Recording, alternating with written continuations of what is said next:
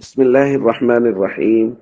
عن ابن عمر رضي الله تعالى عنهما قال قال رسول الله صلى الله تعالى عليه وسلم لا تمنعوا إماء الله مساجد الله رواہ البخاری۔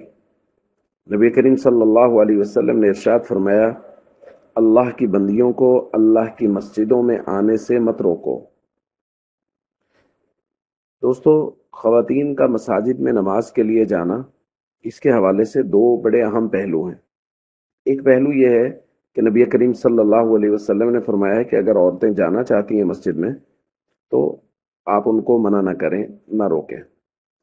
دوسرا پہلو وہ ہے جس پر ہم نے کل بات کی تھی کہ نبی کریم صلی اللہ علیہ وسلم نے خواتین کو یہ تلقین فرمائی کہ آپ گھروں میں نماز پڑھیں، وہ آپ کے لیے زیادہ بہتر اور زیادہ افضل ہے۔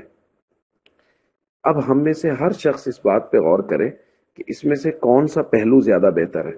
ایک وہ پہلو ہے جس کو خاتون خود چاہ رہی ہے، ایک عورت خود چاہ رہی ہے کہ میں جا کے مسجد میں نماز پڑھوں، اور ایک پہلو وہ ہے جس کو نبی کریم صلی اللہ علیہ وسلم بیان فرما رہے ہیں اور نبی کریم صلی اللہ علیہ وسلم اس کو پسند فرما رہے ہیں۔ وہ یہ ہے کہ عورت گھر میں، گھر کے بھی کسی کمرے میں اور کمرے کے بھی کسی کونے میں نماز پڑھے۔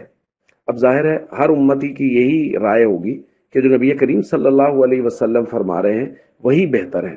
تو ہم سب کو چاہیے ان دونوں پہلوؤں کو ذہن میں رکھتے ہوئے وہ پہلو اختیار کریں جو نبی کریم صلی اللہ علیہ وسلم نے خواتین کے لیے مقرر فرمایا ہے، نہ کہ وہ پہلو جو خواتین کا اپنا دل چاہ رہا ہے، کہ عورت کا دل چاہا کہ میں مسجد میں جا کے نماز پڑھوں، اور ادھر نبی کریم صلی اللہ علیہ وسلم تلقین فرما رہے ہیں کہ عورت کو چاہیے کہ وہ مسجد کے بجائے اپنے گھر میں، کمرے کے بھی کسی کونے میں نماز پڑھے۔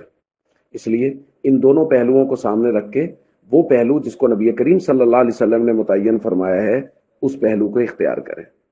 السلام علیکم ورحمۃ اللہ وبرکاتہ۔